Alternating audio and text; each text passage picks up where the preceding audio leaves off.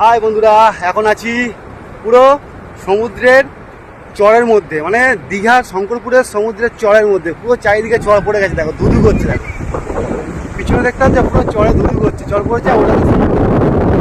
ওটা দেখো, ওটা হচ্ছে সমুদ্র, ঠিক আছে। আমি দাঁড়িয়ে আছি পুরো চরের মধ্যে। পরিবেশটা কেমন লাগছে অবশ্যই কমেন্ট করে জানাবে। আর যদি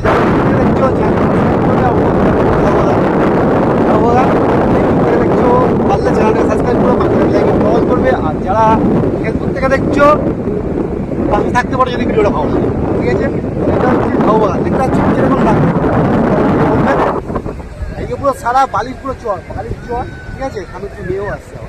যাই হোক, দুটো বালির চর, মানে সামনে পুরো বালির চর। আর পরিবেশটা দেখো, পরিবেশটা কেমন লাগে দেখো, পুরো